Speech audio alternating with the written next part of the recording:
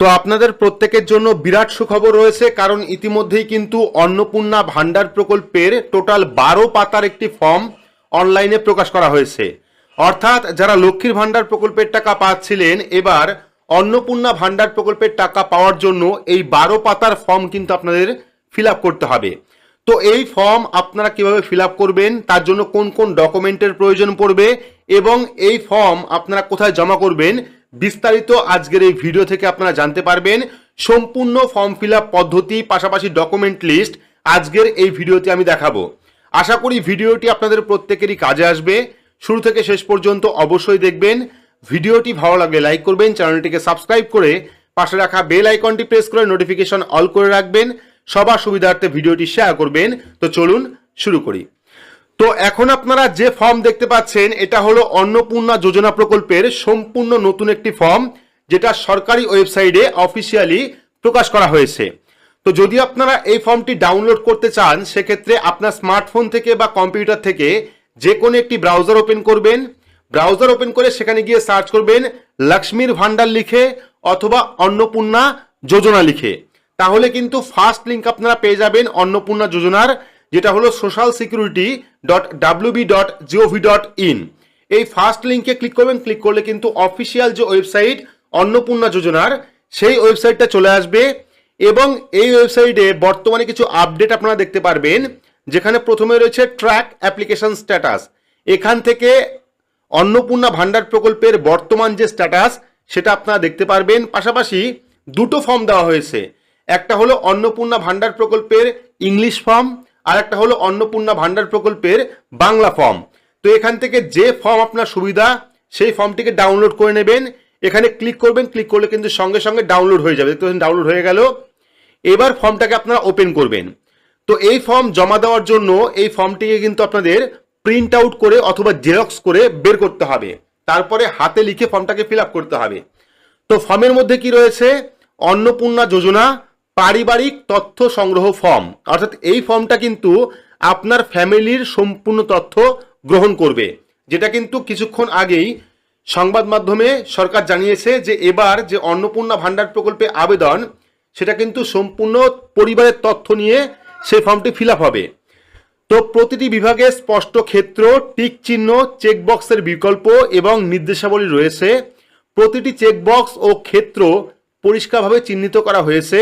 আবেদনকারী এবং যাচাইকারী কর্মকর্তাদের জন্য প্রয়োজনীয় নির্দেশাবলী প্রদান করা হয়েছে। প্রতিটি বিভাগ পূরণ করা বাধ্যতামূলক। অর্থাৎ যে সমস্ত পয়েন্ট রয়েছে, যে সমস্ত জায়গা রয়েছে, প্রত্যেকটা জায়গায় কিন্তু ফর্ম ফিল আপ করতে হবে। যেমন প্রথমে রয়েছে ক বিভাগ। বিভাগ দেখতে পাচ্ছেন, বিভাগ ক্ষেত্র, বিকল্প এবং নির্দেশনা। ক বিভাগে রয়েছে পরিবারের প্রধানের নাম, অর্থাৎ যে আপনার পরিবারের প্রধান রয়েছে, রেশন কার্ড অনুযায়ী যে আপনার পরিবারের প্রধান রয়েছে।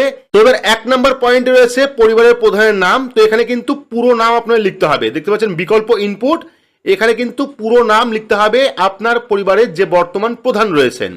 লেখার পর দেখতে পাচ্ছেন সঠিক হলে টিক দিন আধার কার্ড অনুযায়ী। অর্থাৎ আধার কার্ড অনুযায়ী নামটা ঠিক কিনা, আপনি যে পরিবারের প্রধানের নাম লিখছেন আধার কার্ডে নামটা ঠিক রয়েছে কিনা সেটা কিন্তু এখানে লিখতে হবে, হ্যাঁ অথবা না, বা টিক দিন। ঠিক আছে, যদি ভুল থাকে সেক্ষেত্রে কিন্তু আনটিক দিতে হবে, যদি ঠিক থাকে সেক্ষেত্রে টিক দিতে হবে। অনেক সময় কি হয়, আধার কার্ডে এবং ভোটার কার্ডে নামের স্পেলিং ভুল থাকে। সেক্ষেত্রে এই ফর্মের মধ্যে আপনি পরিবারের প্রধানের যে নাম লিখছেন সেই নামটি আধার কার্ডের সঙ্গে মিল রয়েছে কিনা সেটা কিন্তু আপনাকে টিক দিতে হবে। দেওয়ার পর জন্ম তারিখ। এবার পরিবারের প্রধানের জন্ম তারিখ কি রয়েছে, এখানে কিন্তু দিন, মাস এবং বছর লিখতে হবে। চাইলে আপনারা আধার কার্ড দেখে জন্মদিন, জন্ম মাস এবং জন্ম বছর লিখতে পারেন, এবং সঠিক হলে আধার কার্ড অনুযায়ী সেই বছরটা সঠিক হলে এখানে আপনাকে টিক দিতে হবে। ঠিক আছে। তৃতীয় নাম্বার, পরিবারের প্রধানের লিঙ্গ। অর্থাৎ আপনার পরিবারের যে প্রধান রয়েছে, রেশন কার্ড অনুযায়ী আপনার পরিবারের যে প্রধান রয়েছে তিনি পুরুষ না মহিলা না অন্যান্য। যদি পুরুষ হন সেক্ষেত্রে পুরুষের উপর টিক করবেন, যদি মহিলা হন সেক্ষেত্রে মহিলার উপর টিক করবেন। টিক করার পর পরবর্তী অপশন পেয়ে যাবেন পরিবারের প্রধানের আধার নাম্বার। এবার পরিবারের প্রধানের যে আধার কার্ড নাম্বার সেটা আপনাকে লিখতে হবে। তো এখানে জানিয়ে রাখি, এই পাশের যে অপশনটা ছিল অর্থাৎ সঠিক হলে টিক দিন, এটা কিন্তু শুধুমাত্র নামের ক্ষেত্রেই প্রযোজ্য, অর্থাৎ নামের সাথে আধার কার্ডের নামের সঙ্গে মিল আছে কিনা শুধুমাত্র এই পয়েন্টটা টিক করতে হবে। এবার পরিবারের প্রধানের আধার নাম্বার কি রয়েছে সেটা আপনাকে লিখতে হবে। পরিবারের যে প্রধান রয়েছে তার আধার কার্ড নাম্বার কত সেটা আপনাকে লিখতে হবে। লেখার পর ডিজিটাল রেশন কার্ডের পারিবারিক আইডি। তো এবার 6 নম্বর পয়েন্টে কি রয়েছে, পরিবারের সদস্য সংখ্যা। তো আপনার পরিবারের সদস্য সংখ্যা কয়জন, অর্থাৎ আপনার ফ্যামিলিতে টোটাল কয়জন ব্যক্তি রয়েছে বা মহিলা রয়েছে বা পুরুষ মহিলা উভয় রয়েছে। সেক্ষেত্রে আপনার বাড়িতে মা বাবা দাদা দিদি বা যে কেউ আছে তাদের নিয়ে টোটাল কয়জন রয়েছে শুধুমাত্র সংখ্যা এখানে লিখবেন। 5 জন হলে 5 লিখবেন, 6 জন হলে 6 লিখবেন, 3 জন হলে 3 লিখবেন, 2 জন হলে 2 লিখবেন। লেখার পর 7 নাম্বার ঠিকানা।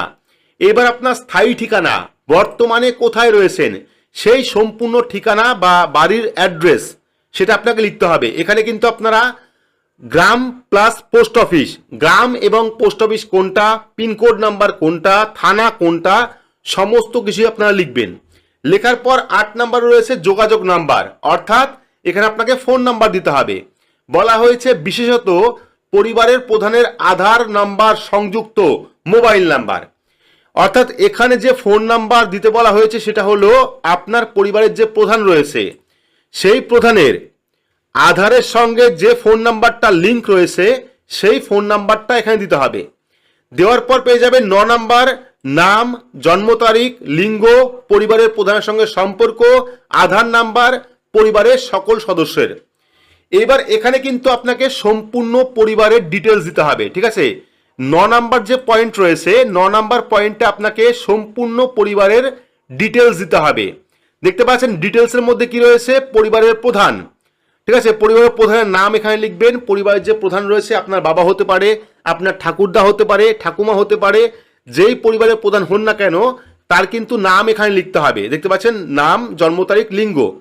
এবার নাম কি রয়েছে, নাম এখানে লিখবেন, পরিবারের প্রধানের নাম লিখবেন এখানে।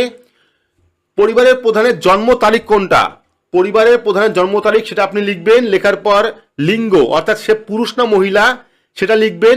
লেখার পর পরিবারের প্রধানের সঙ্গে সম্পর্ক কি রয়েছে এখানে সম্পর্ক লিখবেন। পরিবারের প্রধানের সঙ্গে আপনার সম্পর্ক কি রয়েছে, যিনি লক্ষ্মীর ভান্ডার প্রকল্প বা অন্নপূর্ণা ভান্ডার প্রকল্পে আবেদন করছেন তার সঙ্গে পরিবারের প্রধানের সম্পর্ক কি রয়েছে, বৌমা হতে পারে বা মেয়ে হতে পারে, সেটা আপনারা লিখে দেবেন। লিখে দেওয়ার পর আধার নাম্বার কত রয়েছে তার আধার কার্ড নাম্বারটা এখানে লিখবেন। আধার কার্ড নাম্বার লেখার পর পরবর্তী পেয়ে যাবেন সদস্য 2। এবার দ্বিতীয় সদস্য কে রয়েছে, পরিবারের যে কোনো একজন সদস্যকে দ্বিতীয় সদস্য করতে পারেন। সেক্ষেত্রে আপনার পরিবারের সেকেন্ড সদস্য আপনি কাকে রাখবেন তার নামটা লিখবেন। লেখার পর তার জন্ম তারিখ লিখবেন আধার কার্ড বা বার্থ সার্টিফিকেট অনুযায়ী। লেখার পর তার লিঙ্গ অর্থাৎ তিনি পুরুষ না মহিলা না অন্যান্য সেটা আপনি লিখবেন। এবার লেখার পর আপনারা ঠিক পাশেই পেয়ে যাবেন, দেখতে পাচ্ছেন পাশে রয়েছে অন্নপূর্ণা যোজনার জন্য আবেদন করা হচ্ছে, হ্যাঁ, এখানে হ্যাঁ অপশনে টিক করবেন। বয়স 5 বছরের কম হলে আধারে এনে চিহ্নিত করুন, ঠিক আছে। অর্থাৎ যে সদস্য আপনি দেবেন সেই সদস্যর বয়স যদি 5 বছরের কম হয় সেক্ষেত্রে NA চিহ্ন দিতে হবে। এই যে আধার নাম্বারের জায়গায় NA চিহ্ন দিতে হবে বা টিক চিহ্ন দিতে হবে, ঠিক আছে। তো এবার 3 নাম্বার পয়েন্টে রয়েছে পরিবারের প্রধানের সঙ্গে সম্পর্ক কি এবং তার আধার নাম্বার। এবার এই যে সেকেন্ড যে আপনি রাখলেন সদস্য নাম্বার 2, এই সদস্য নাম্বার 2 এর সঙ্গে পরিবারের প্রধানের সম্পর্ক কি রয়েছে। আপনি আপনার ছেলেকে রাখতে পারেন বা আপনি আপনার স্বামীকে রাখতে পারেন। সেক্ষেত্রে পরিবারের প্রধানের সঙ্গে তার সম্পর্ক কি এবং তার আধার কার্ড নাম্বার কত, যাকে আপনি সেকেন্ড সদস্য রাখছেন তার আধার কার্ড নাম্বার কত সেই আধার কার্ড নাম্বার এখানে লিখতে হবে। লেখার পর সদস্য নাম্বার 3, সদস্য নাম্বার 3 রয়েছে নাম। এবার আপনি তৃতীয় যে সদস্যকে রাখবেন, যদি আপনার পরিবারে 2 জন সদস্য থাকে সেক্ষেত্রে 2 জন পর্যন্ত ফর্ম ফিল আপ করবেন। যদি আপনার পরিবারে 3 জন সদস্য থাকে সেক্ষেত্রে আপনি 3 জন সদস্য পর্যন্ত ফর্ম ফিল আপ করবেন। এইবার তৃতীয় যে সদস্য আপনি অ্যাড করবেন, বাড়ির যে একজন সদস্য তৃতীয় নাম্বার বা 3 নাম্বার যাকে আপনি অ্যাড করবেন তার নাম লিখবেন। লেখার পর তার জন্ম তারিখ আধার কার্ড দেখে হোক বা বার্থ সার্টিফিকেট দেখে হোক সেই জন্ম তারিখ আপনি লিখবেন। আধার কার্ড অনুযায়ী পরবর্তী লিঙ্গ কি রয়েছে, পুরুষ না মহিলা সেটা আপনি লিখবেন। লেখার পর পরিবারের প্রধানের সঙ্গে সম্পর্ক কি রয়েছে, অর্থাৎ এই যে 3 নাম্বার সদস্য আপনি যুক্ত করছেন তার সঙ্গে পরিবারের প্রধানের সম্পর্ক কি রয়েছে সেটা আপনাকে লিখতে হবে। লেখার পর সেই 3 নাম্বার সদস্যর আধার কার্ড নাম্বার কত সেটা আপনাকে এখানে আধার কার্ড নাম্বার লিখতে হবে। এবার সদস্য নাম্বার 4। তো এভাবে আপনারা এক এক করে, যদি আপনার পরিবারের সদস্য বেশি থাকে সেক্ষেত্রে 1 2 3 4 5 এরকম সদস্য আপনি যুক্ত করতে পারেন। যদি আপনার পরিবারের সদস্য সংখ্যা কম থাকে, ধরুন আপনার পরিবারে 2 জন সদস্য রয়েছে, স্বামী আর স্ত্রী, সেক্ষেত্রে 1 নাম্বার 2 নাম্বার সদস্য অ্যাড করলে হবে। বাকি পরিবারের সদস্য যদি বেশি থাকে সেক্ষেত্রে 1 2 3 4 5 যতটুকু আপনার সম্ভব পুরোটা আপনি ফিল আপ করবেন।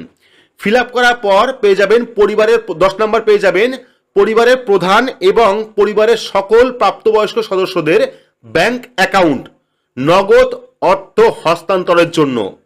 ঠিক আছে, এখানে কিন্তু পরিবারের প্রধান এবং পরিবারের সকল প্রাপ্তবয়স্ক সদস্যদের ব্যাংক অ্যাকাউন্ট দিতে বলছে। ব্যাংক অ্যাকাউন্টের মধ্যে রয়েছে প্রথমেই পরিবারের প্রধান যিনি রয়েছেন, আধার কার্ড অনুযায়ী, রেশন কার্ড অনুযায়ী পরিবারের প্রধান যিনি রয়েছেন তার কিন্তু ব্যাংকের সমস্ত ডিটেলস এখানে দিতে হবে। যেমন ব্যাংকের নাম কি রয়েছে, প্রথমে ব্যাংকের নাম লিখবেন। ব্যাংকের অ্যাকাউন্ট নাম্বার কি রয়েছে সেটা আপনাকে লিখতে হবে, অ্যাকাউন্ট নাম্বার। ব্যাংকের আইএফএসসি কোড নাম্বার কত রয়েছে সেটা আপনাকে লিখতে হবে। ঠিক আছে, এখানে দেখতে পাচ্ছেন ডিবিটি ক্রেডিটের জন্য আধার লিঙ্কযুক্ত ব্যাংক অ্যাকাউন্ট প্রদান করুন। প্রথমে বলা হয়েছে যদি আপনি অন্নপূর্ণা ভান্ডার প্রকল্পের সুবিধা পেতে চান তাহলে কিন্তু আপনার ব্যাংক অ্যাকাউন্টের সঙ্গে ডিবিটি লিঙ্ক লাগবে। সেক্ষেত্রে প্রত্যেকটা অ্যাকাউন্টে ডিবিটি লিঙ্ক থাকতে হবে। পরবর্তী সদস্য নাম্বার 2, আপনি ওপরে যে কটা সদস্যকে যুক্ত করেছেন বা যে কয়জন সদস্যকে অ্যাড করেছেন প্রত্যেকটা সদস্যর কিন্তু এখানে ব্যাংকের নাম, ব্যাংক অ্যাকাউন্ট নাম্বার এবং আইএফএসসি কোড নাম্বার দিতে হবে। যদি আপনি একটা ফিল আপ করে থাকেন অর্থাৎ সদস্য একজনকে যুক্ত করে থাকেন সেক্ষেত্রে একজনেরই আপনি ব্যাংক অ্যাকাউন্ট নাম্বার, ব্যাংকের নাম, IFSC code number fill up করবেন। যদি আপনি 3-4 জন সদস্যকে যুক্ত করে থাকেন সেক্ষেত্রে কিন্তু সবারই ওই 3-4 জন সদস্যরই প্রত্যেকেরই কিন্তু ব্যাংকের ডিটেলস এখানে দিতে হবে। তো 10 নম্বর পয়েন্ট হলো পরিবারের প্রধান এবং পরিবারের সকল প্রাপ্তবয়স্ক সদস্যদের ব্যাংক অ্যাকাউন্টের বিবরণ এখানে দিতে হবে। দেখতে পাচ্ছেন 5 পর্যন্ত সদস্য রয়েছে। ঠিক আছে, এর পরবর্তী দেখতে পাচ্ছেন 11 নম্বরে রয়েছে এপিক অর্থাৎ ভোটার কার্ড। ফ্যামিলির যে হেড রয়েছে এবং সকল প্রাপ্তবয়স্ক সদস্য, ফ্যামিলির যিনি প্রধান রয়েছেন পাশাপাশি বাড়ির 18 বছরের ঊর্ধ্বে প্রাপ্তবয়স্ক প্রত্যেকের সদস্য কিন্তু ভোটার কার্ড নাম্বার দিতে হবে এখানে। এবার প্রথমে দেখতে পাচ্ছেন পরিবারের প্রধানের এপিক কার্ড নাম্বার অর্থাৎ ভোটার কার্ড নাম্বার দিতে হবে। এটা হলো পরিবারের প্রধানের প্রথমটা। দ্বিতীয় নাম্বার হলো বিধানসভা ক্ষেত্র ও অংশ নাম্বার।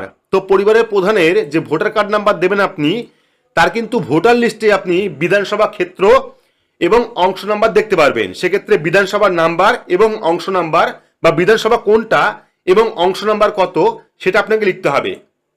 ঠিক একইভাবে যদি আপনি পরিবারের একাধিক সদস্যকে যুক্ত করে থাকেন এই ফর্মের মধ্যে তাহলে কিন্তু আপনি এখানে সদস্য নাম্বার 1 2 3 4 5 প্রত্যেক সদস্যর ভোটার কার্ড নাম্বার এবং বিধানসভা ক্ষেত্র অংশ নাম্বার লিখবেন প্রত্যেক সদস্যকে। যদি আপনি একটা করে থাকেন সেক্ষেত্রে একজনের দেবেন। যদি আপনি 2 জন সদস্যকে যুক্ত করে থাকেন সেক্ষেত্রে 2 জনের ভোটার কার্ড নাম্বার এবং বিধানসভা ক্ষেত্র নাম্বার এবং অংশ নাম্বার লিখবেন। লেখার পর এবার পরবর্তী অপশন পেয়ে যাচ্ছেন 12 নাম্বার বিভাগ। 12 নাম্বার রয়েছে অসংরক্ষিত অর্থাৎ ইউআর, অসংরক্ষিত আর্থিকভাবে দুর্বল শ্রেণী অর্থাৎ ইউআর ইডব্লিউএস, পরবর্তী তপশিলি জাতি অর্থাৎ এসসি এসটি ওবিসি এবং বিশেষভাবে ঝুঁকিপূর্ণ জনজাতি গোষ্ঠী। তো এখান থেকে আপনি কোন ক্যাটাগরিতে পড়ছেন সেটা আপনাকে সিলেক্ট করতে হবে, টিক করতে হবে। ঠিক আছে, প্রযোজ্য শংসাপত্র যেমন জাতিগত, আর্থিকভাবে দুর্বল শংসাপত্র, ক্রিমিলিয়ার শংসাপত্র ইত্যাদি। যদি আপনার ওবিসি থাকে সেক্ষেত্রে ক্রিমিলিয়ার দিতে পারেন, বা যদি আপনার ওবিসি না থাকে সেক্ষেত্রে এখান থেকে, বা যদি আপনি এসসি এসটি থেকে থাকেন তাহলে এখান থেকে যে কোনো একটি অপশনে আপনি টিক করবেন।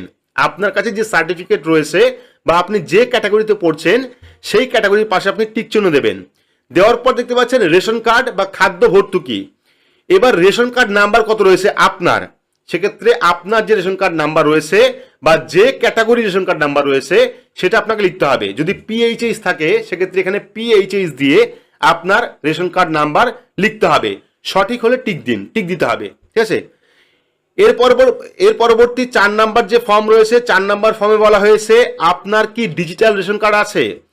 যিনি অন্নপূর্ণা ভান্ডার প্রকল্পের ফর্ম ফিল আপ করছেন বা আবেদন করছেন তার কি ডিজিটাল রেশন কার্ড রয়েছে। যদি ডিজিটাল রেশন কার্ড থাকে সেক্ষেত্রে হ্যাঁ করবেন। ডিজিটাল রেশন কার্ড কোনটা? SPHH, PHH বা RKSY1 বা RKSY2, AAY এগুলো হলো ডিজিটাল রেশন কার্ড। যদি ডিজিটাল রেশন কার্ড থাকে সেক্ষেত্রে হ্যাঁ করবেন, যদি না থাকে সেক্ষেত্রে না করবেন। হ্যাঁ বা না করার পর পরবর্তী অপশন পেয়ে যাবেন। যদি হ্যাঁ হয় তবে কার্ডের ধরন উল্লেখ করুন। অর্থাৎ যদি আপনার কাছে AAY, PHH, SPHH, RKSY1, RKSY2 বা ভর্তুকিহীন রেশন কার্ড থাকে তাহলে কিন্তু আপনাকে উপরে হ্যাঁ বা না করতে হবে। এবার কোন ধরনের রেশন কার্ড আপনার কাছে রয়েছে সেই রেশন কার্ডের ক্যাটাগরি অনুযায়ী এখানে কিন্তু টিক করতে হবে। ধরুন যদি আপনার কাছে PHH রেশন কার্ড থাকে সেক্ষেত্রে PHH রেশন কার্ডে টিক করবেন। টিক করার পর পরবর্তী পেয়ে যাবেন পরিবারটি রেশন দোকান থেকে মাসিক রেশন তুলছে কিনা, অর্থাৎ আপনার পরিবার প্রতি মাসে রেশন তুলছে কিনা। যদি হ্যাঁ হয় সেক্ষেত্রে হ্যাঁতে টিক করবেন, যদি না হয় সেক্ষেত্রে নাতে টিক করবেন। পরবর্তী পেয়ে যাবেন বাড়ির ধরন, অর্থাৎ আপনার বাড়িতে 3 বা তার বেশি পাকা ঘর রয়েছে। যদি আপনার বাড়িতে 3টে রুম অর্থাৎ 3টে ঘরের বেশি পাকা ঘর থাকে সেক্ষেত্রে আপনি হ্যাঁ করবেন অথবা না করবেন। করার পর 2 নম্বর রয়েছে পারিবারিক জমি মালিকানা, যেখানে আপনি বসবাস করছেন সেই পারিবারিক জমির মালিকানা আপনি কিনা সেটা আপনি হ্যাঁ করবেন অথবা না করবেন। যদি হ্যাঁ বা না করেন তার পরবর্তী লেখা রয়েছে রেজিস্ট্রেশন নথি, মিউটেশন কপি এবং ROR হালনাগাদ তারিখ সহ সর্বশেষ জমির রেকর্ডের কপি। যদি হ্যাঁ করেন সেক্ষেত্রে কিন্তু এই সমস্ত কপি আপনাকে দিতে হবে, অর্থাৎ আপনি বাড়ির জমির মালিক সেক্ষেত্রে আপনাকে এই সমস্ত ডকুমেন্ট দিতে হবে। দেওয়ার পর 3 নম্বর পয়েন্টে বলা হয়েছে পরিবারের সকল সদস্যের মোট জমির পরিমাণ শতকে। এইবার আপনার পরিবারের টোটাল কত জমি রয়েছে সেটা আপনাকে শতকে এখানে লিখতে হবে। লিখলে পরে পেয়ে যাবেন রেজিস্ট্রেশন নথি, সর্বশেষ ROR জমির নথি। যদি আপনি এখানে লেখেন তাহলে কিন্তু আপনাকে এই সমস্ত ডকুমেন্ট দিতে হবে। এরপরে 4 নম্বরে বলা হয়েছে যানবাহন। যানবাহনে বলা হয়েছে আপনি পরিবারের কোনো সদস্য কি অবাণিজ্যিক মোটর চালিত 4 চাকার গাড়ি রয়েছে। যদি আপনার বাড়িতে 4 চাকার গাড়ি থাকে কমার্শিয়াল বাদে সেক্ষেত্রে হ্যাঁ অথবা না করতে হবে।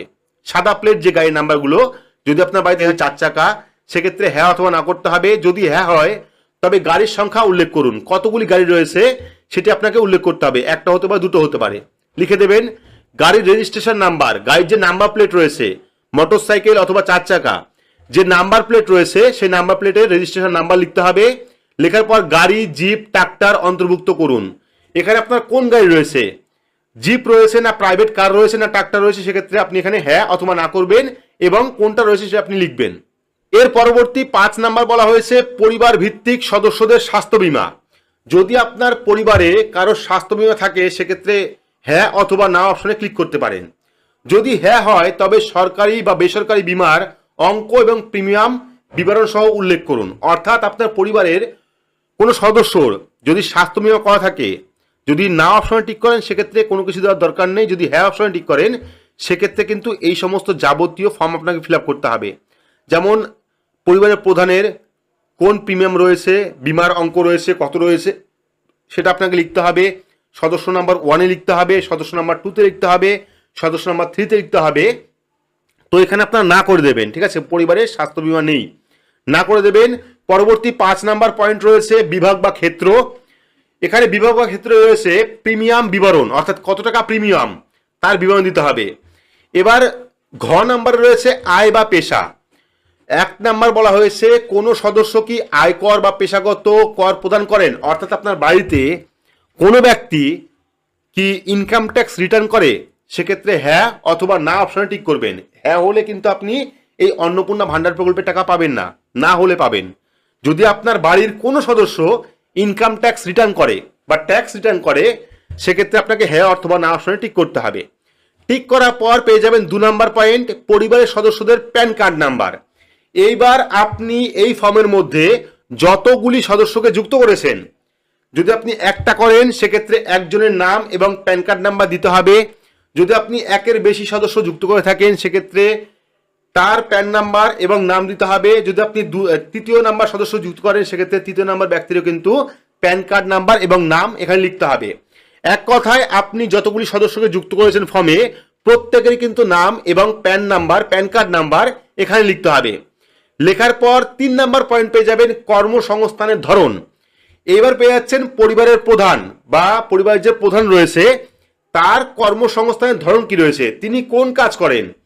রয়েছে সরকারি ক্ষেত্র অর্থাৎ সরকারি কোনো চাকরি করেন কিনা, বেসরকারি ক্ষেত্রে বেতনভুক্ত কর্মচারী কিনা অর্থাৎ বেসরকারি কোনো কোম্পানিতে চাকরি করতেন কিনা, সংগঠিত ক্ষেত্রে স্বনিযুক্ত অর্থাৎ আংশিক সময়ে কর্মরত রয়েছেন কিনা, অসংগঠিত ক্ষেত্রে স্বনিযুক্ত কারিগর শিল্পী কৃষক রয়েছেন কিনা, পরিযায়ী শ্রমিক কিনা, বেকার কিনা বা অন্যান্য কিনা। তো এখান থেকে যে কোনো একটি অপশন আপনি চুজ করবেন। তবে বেকার বা পরিযায়ী শ্রমিক, অসংগঠিত ক্ষেত্রে শ্রমিক, এগুলি হলেই কিন্তু আপনারা অন্নপূর্ণা ভান্ডার প্রকল্পের টাকা পাবেন। সেক্ষেত্রে এখান থেকে যেটা আপনার সুবিধা সেটা আপনি টিক করবেন বা যেটা সত্যি সেটা আপনি টিক করবেন।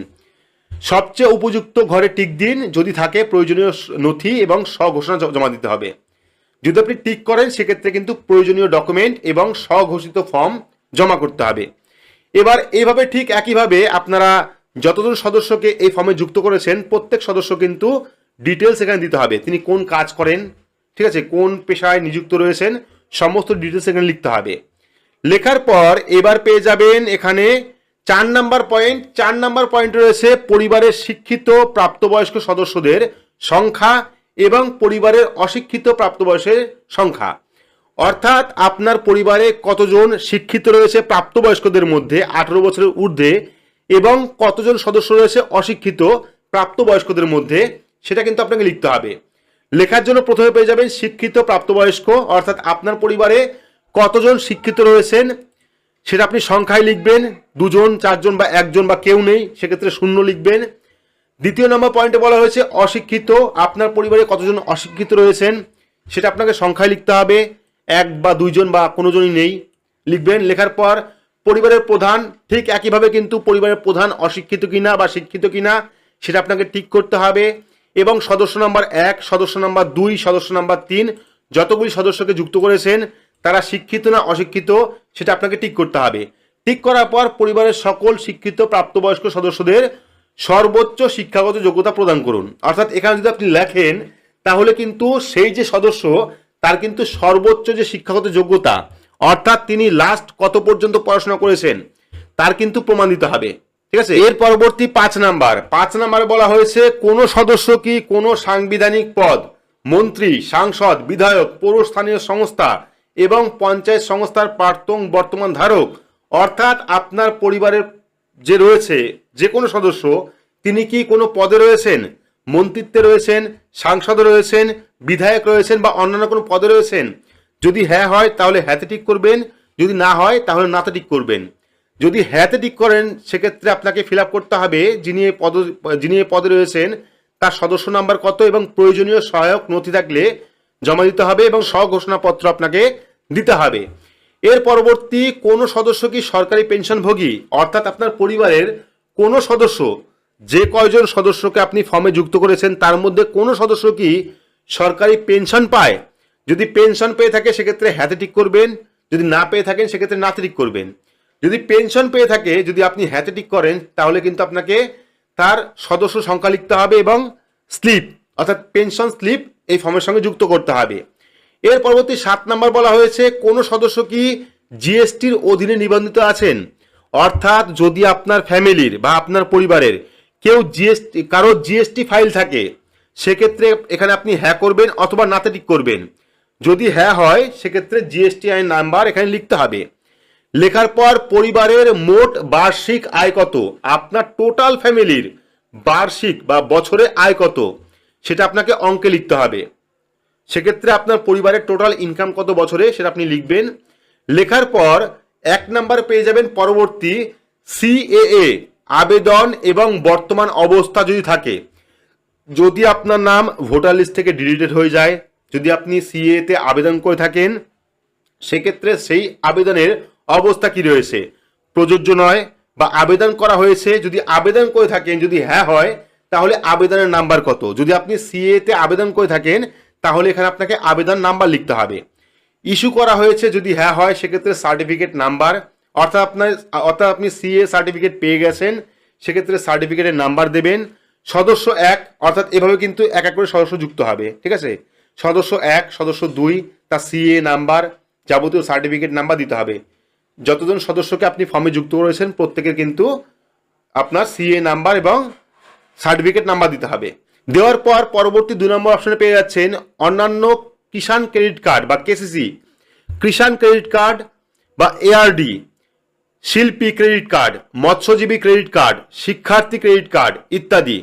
যদি এগুলি আপনার থাকে বা পরিবারের কারো থাকে সেক্ষেত্রে কিন্তু লিখতে হবে, যেমন পরিবারের প্রধানের রয়েছে কিনা সেক্ষেত্রে নাম্বার লিখবেন, আইডি নাম্বার লিখবেন এবং যে তারিখে সার্টিফিকেট ইস্যু হয়েছে সেটা আপনাকে লিখতে হবে। ঠিক একইভাবে পরিবারের যতজন সদস্যকে আপনি ফর্মে যুক্ত করেছেন বা যতজন সদস্যর নাম আপনি ফর্মে দিয়েছেন প্রত্যেকের কিন্তু এখানে নাম্বার লিখতে হবে, প্রদানকারী কর্তৃপক্ষের বিবরণ দিন। ঠিক আছে, এর পরবর্তী দেখতে পাচ্ছেন পরবর্তী 3 নাম্বার, যদি এসআইআর 2026-এ নাম বাদ পড়ে থাকে তবে মামলাটি ট্রাইব্যুনালে বিচারাধীন কিনা। অর্থাৎ 2026 এসআইআর যদি আপনার নাম বাতিল হয়ে থাকে, যদি আপনি ট্রাইব্যুনালে আবেদন করে থাকেন সেক্ষেত্রে আপনার বিচারটি বা ট্রাইব্যুনালটি এখনো পর্যন্ত পেন্ডিং কিনা সেটা কিন্তু আপনাকে ঠিক করতে হবে। যদি না হয় সেক্ষেত্রে নাতে ঠিক করবেন, যদি হ্যাঁ হয় তবে হ্যাঁতে ঠিক করবেন। যদি সদস্য 1 সদস্য 2 তাদের কোনো ট্রাইব্যুনালে আবেদন করা থাকে সেক্ষেত্রে কিন্তু প্রত্যেক সদস্যর এখানে ট্রাইব্যুনালের বিবরণ দিতে হবে, পাশাপাশি আপনার পরিবারের প্রধানেরও ট্রাইব্যুনালে বিবরণ দিতে হবে। প্রযোজ্য নয় হলে যদি আপনি ট্রাইব্যুনালে আবেদন না করে থাকেন সেক্ষেত্রে প্রথম অপশনে টিক করবেন প্রযোজ্য নয়। যদি আপনি ট্রাইব্যুনালে আবেদন করে থাকেন সেক্ষেত্রে হ্যাঁ অপশনে টিক করবেন এবং আপনাকে ট্রাইব্যুনাল নাম্বার দিতে হবে। এভাবে প্রত্যেকটা সদস্যকে আপনি যুক্ত করবেন বা লিখবেন। পরবর্তী 1 নম্বর বলা হয়েছে বিদ্যালয় অধ্যয়নরত পরিবারের সকল শিশুর বিবরণ, অর্থাৎ আপনার পরিবারে কতজন শিশু রয়েছে এবং সেই শিশুর বিবরণ রয়েছে দিতে হবে এখানে। তো প্রথমে কয়জন শিশু সদস্য রয়েছে তাদের ডিটেলস দিতে হবে, যেমন শিশুর নাম, সদস্য কতজন বা বাচ্চা কয়জন রয়েছে সেটা লিখতে হবে। লেখার পর শিশুর নাম কি রয়েছে, শ্রেণী কি রয়েছে, কোন ক্লাসে পড়ছেন, বিদ্যালয়ের নাম কি রয়েছে, বিদ্যালয়ের ধরন কি রয়েছে, প্রাইভেট না আপনার গভর্নমেন্ট সেটা আপনাকে লিখতে হবে। পরবর্তী সরকারি বা সরকারি সাহায্যপ্রাপ্ত স্পন্সর বিদ্যালয় কিনা, বেসরকারি বিদ্যালয় কিনা, এখান থেকে যে কোনো একটি আপনাকে সিলেক্ট করতে হবে। সিলেক্ট করার পর বিদ্যালয়ের ধরন কি রয়েছে অন্যান্য নির্বাচন করলে অনুগ্রহ করে বিস্তারিত উল্লেখ করুন, যেমন ওপেন স্কুলিং, হোম স্কুলিং ইত্যাদি। ঠিক আছে, এটা আপনাকে লিখতে হবে। লেখার পর যদি আপনার 1-এর বেশি শিশু থাকে, অর্থাৎ 1-এর বেশি যদি বাচ্চা থাকে সেক্ষেত্রে সমস্ত বাচ্চার কিন্তু ডিটেলস এখানে দিতে হবে। দেওয়ার পর পরবর্তী অপশন পেয়ে যাবেন শিশুদের টিকাকরণের বর্তমান অবস্থা, অর্থাৎ যখন পোলিও দিতেন প্রথম যে টিকাকরণ হয়েছিল তার বর্তমান অবস্থা কি রয়েছে। যদি আপনার 1-এর অধিক বাচ্চা থাকে বা শিশু থাকে সেক্ষেত্রে কিন্তু সমস্ত শিশুর ডিটেলস দিতে হবে, যেমন শিশু সদস্য 1 হ্যাঁ টিকাকরণ হয়েছে, সম্পূর্ণ হয়েছে, টিকাকরণ হয়নি। যদি আপনার শিশুর বা বাচ্চার টিকাকরণ সম্পূর্ণ হয়ে থাকে সেক্ষেত্রে ফার্স্ট অপশনে টিক করবেন, যদি এখনো পর্যন্ত টিকাকরণ না হয়ে থাকে সেক্ষেত্রে সেকেন্ড অপশনে টিক করবেন। এবং ঠিক একইভাবে আপনার পরিবারে কতজন শিশু রয়েছে সমস্ত শিশুরই কিন্তু এখানে ডিটেলস দিতে হবে, অর্থাৎ হ্যাঁ অথবা নাতে টিক করতে হবে। টিক করার পর যদি হ্যাঁ হয় তাহলে টিকাকরণ কার্ড অর্থাৎ পোলিও যে কার্ড রয়েছে সেই কার্ড দিতে হবে। যদি আপনি হ্যাঁতে টিক করেন সেক্ষেত্রে কিন্তু আপনাকে পোলিও কার্ড দিতে হবে, যদি নাতে টিক করেন সেক্ষেত্রে শেষ টিকা নেওয়ার তারিখ দিতে হবে আপনাকে। এই সমস্ত ডিটেলস আপনাকে এখানে দিতে হবে। দেওয়ার পর পরবর্তী পেয়ে যাবেন 6 নম্বরের 1-এর যে পয়েন্ট সেটা রয়েছে আপনি কি কোনো সরকারি প্রকল্পের সুবিধা ডিবিটির মাধ্যমে পাচ্ছেন, অর্থাৎ বর্তমানে আপনি কি কোনো সরকারি প্রকল্পের সুবিধা ডিবিটি লিঙ্কের মাধ্যমে পাচ্ছেন। সেক্ষেত্রে আপনার পরিবারের কতজন পাচ্ছেন, যদি পরিবারের প্রধান পেয়ে থাকেন সেক্ষেত্রে হ্যাঁ অপশনে টিক করবেন, যদি না পেয়ে থাকেন সেক্ষেত্রে না অপশনে টিক করবেন। যদি আপনি হ্যাঁ অপশনে টিক করেন সেক্ষেত্রে আপনার পরিবারের প্রধান কোন প্রকল্পে টাকা পাচ্ছে সেই প্রকল্পের নাম লিখতে হবে, বা কোন কোন প্রকল্পের টাকা পাচ্ছেন, 1-এর অধিক প্রকল্পে থাকতে পারে সেক্ষেত্রে কোন কোন প্রকল্পের টাকা পাচ্ছেন সেই সমস্ত প্রকল্পের নাম এখানে লিখতে হবে। যদি নাতে টিক করেন সেক্ষেত্রে কোনো রকম প্রকল্প লেখার এখানে দরকার নেই বা টিক করার দরকার নেই। ঠিক আছে, ঠিক একইভাবে এই ফর্মের মধ্যে যতগুলি সদস্যকে আপনি যুক্ত করেছেন সেই সমস্ত সদস্য ডিটেলস দিতে হবে। ঠিক আছে, হয়তো আপনার পরিবারের প্রধান তিনি হয়তো কোনো সরকারি প্রকল্পের সুবিধা পাচ্ছেন ডিবিটির মাধ্যমে, হয়তো দ্বিতীয় যে সদস্য আপনি যাকে দ্বিতীয় সদস্য হিসাবে ফর্মে রেখেছেন সে হয়তো কোনো প্রকল্পের টাকা পাচ্ছে না বা সুবিধা পাচ্ছেন না, সেক্ষেত্রে না অপশনে টিক করবেন। টিক করার পর পরবর্তী অপশন পেয়ে যাবেন 2 নাম্বার বাদ দেওয়া হলে কারণ অফিসার কর্তৃক পূরণীয়। ঠিক আছে, এখানে যদি কোনো প্রকল্প থেকে বাদ হয়ে যান সেক্ষেত্রে কোন কারণে বাদ হয়েছেন সেক্ষেত্রে অফিসের একটা কর্তৃক একটা সিল লাগবে। এবং জ নাম্বারে বলা হয়েছে ঘোষণা ও সম্মতিপত্র। ঘোষণা ও সম্মতিপত্রে কি বলা হয়েছে, আমি এই মর্মে ঘোষণা করছি যে ওপরে প্রদত্ত তথ্য আমার জ্ঞান ও বিশ্বাস অনুযায়ী সত্য এবং প্রযোজ্য ক্ষেত্রে আমি সকল সহায়ক নথি প্রদান করেছি এবং ওপরে উল্লেখিত কোনো মানদণ্ড বাদ দিইনি। আমি অবগত যে আমার প্রদত্ত কোনো তথ্য মিথ্যা প্রমাণিত হলে আমার সামাজিক সুরক্ষা সংক্রান্ত সুবিধা বন্ধ হয়ে যাবে। তো এবার এখানে সম্মত অপশনে টিক করতে হবে, অর্থাৎ যাবতীয় টার্মস অ্যান্ড কন্ডিশন বা নিয়ম আপনি মেনে নিচ্ছেন, সেক্ষেত্রে টিক করবেন। টিক করার পর যিনি এই অন্নপূর্ণা ভাণ্ডার প্রকল্পে আবেদন করছেন তার কিন্তু সই এখানে লাগবে, সই করতে হবে এবং এই ফর্মটি যাচাইযোগ্য কিনা সেটি হ্যাঁ অথবা না করতে হবে। এখানে দ্রষ্টব্যতে কি বলা হয়েছে, পরিবার বলতে এমন একদল ব্যক্তিকে বোঝায় যারা সাধারণত একসঙ্গে বসবাস করেন এবং একই রান্নাঘর থেকে খাবার গ্রহণ করেন। অর্থাৎ যদি আপনি ভিন্ন হয়ে থাকেন, যদি আপনি পরিবার থেকে আলাদা হয়ে থাকেন, সেক্ষেত্রে কিন্তু আপনার ক্ষেত্রে অন্য নিয়ম প্রযোজ্য হবে। এখানে বলা হয়েছে পরিবার বলতে এমন একদল ব্যক্তিকে বোঝাবে যারা সাধারণত একসঙ্গে বসবাস করেন এবং একই ঘরে বা একই রান্নাঘর থেকে খাবার গ্রহণ করেন। তো এই ফর্মের মধ্যে আপনারা অনেক সদস্য নাম দেখতে পেয়েছেন, সেক্ষেত্রে সেই সমস্ত সদস্যকে এই ফর্মের মধ্যে রাখবেন যার সঙ্গে আপনি একই ঘরে রয়েছেন বা একই রান্নাঘর থেকে খাবার খাচ্ছেন, অর্থাৎ ভিন্ন নন বা পরিবার থেকে আলাদা নন। হতে পারে আপনি স্বামী স্ত্রী রয়েছেন একসঙ্গে, সেক্ষেত্রে শুধুমাত্র স্বামী ডিটেলস দেবেন। যদি আপনারা একত্রিত পরিবার হন, যদি আপনার পরিবারে অনেকজন সদস্য থাকে, সেক্ষেত্রে আপনি একের অধিক সদস্যকে যুক্ত করতে পারেন। কিন্তু যদি আপনি সিঙ্গেল হন বা আপনি শুধুমাত্র আপনার স্বামীকে নিয়ে সংসার করছেন, সেক্ষেত্রে শুধুমাত্র সদস্য হিসাবে আপনি স্বামীকেই রাখবেন। ঠিক আছে, দেখতে পাচ্ছেন এন্ড অফ দ্য ফর্ম, অর্থাৎ এখানে কিন্তু ফর্ম শেষ হয়েছে। এবার বলা হয়েছে শুধুমাত্র সরকারি ব্যবহারের জন্য, অর্থাৎ এই যে এইটুকু ফর্ম, এটা কিন্তু শুধুমাত্র সরকারি যারা নেবেন আধিকারিক তাদের জন্য এইটুকু ফিল আপ করতে হবে। এখানে কিন্তু আপনার ফিল আপ করার কোন রকম প্রয়োজন নেই। তো এই ছিল 12 নাম্বার ফর্ম। টোটাল 12 পৃষ্ঠার ফর্ম কিন্তু ইতিমধ্যেই অন্নপূর্ণা ভাণ্ডার প্রকল্পের অফলাইন যে ফর্ম, সেই ফর্ম প্রকাশ করা হয়েছে এবং এই ফর্ম আপনারা কিভাবে ফিল আপ করবেন তার সম্পূর্ণ ডিটেলস কিন্তু বললাম। পাশাপাশি এই ফর্ম ফিল আপ করার জন্য কোন কোন ডকুমেন্টের প্রয়োজন পড়বে সেটাও কিন্তু আপনাদের ভিডিওর মাধ্যমে বললাম। পরবর্তী যখন অনলাইন ফর্ম ফিল আপ চালু হবে সেই ভিডিও কিন্তু আমরা নিয়ে আসবো এবং ডিটেলস অনলাইনে কিভাবে ফর্ম ফিল আপ করবেন সেটাও কিন্তু আপনাদের ভিডিওর মাধ্যমে দেখাবো। তার জন্য চ্যানেলটিকে সাবস্ক্রাইব করে রাখবেন এবং পাশে রাখা বেল আইকনটি প্রেস করে নোটিফিকেশন অল করে রাখবেন এইরকম গুরুত্বপূর্ণ আপডেট সবার আগে পেতে। তো আজকের মতো এইটুকুই, ধন্যবাদ।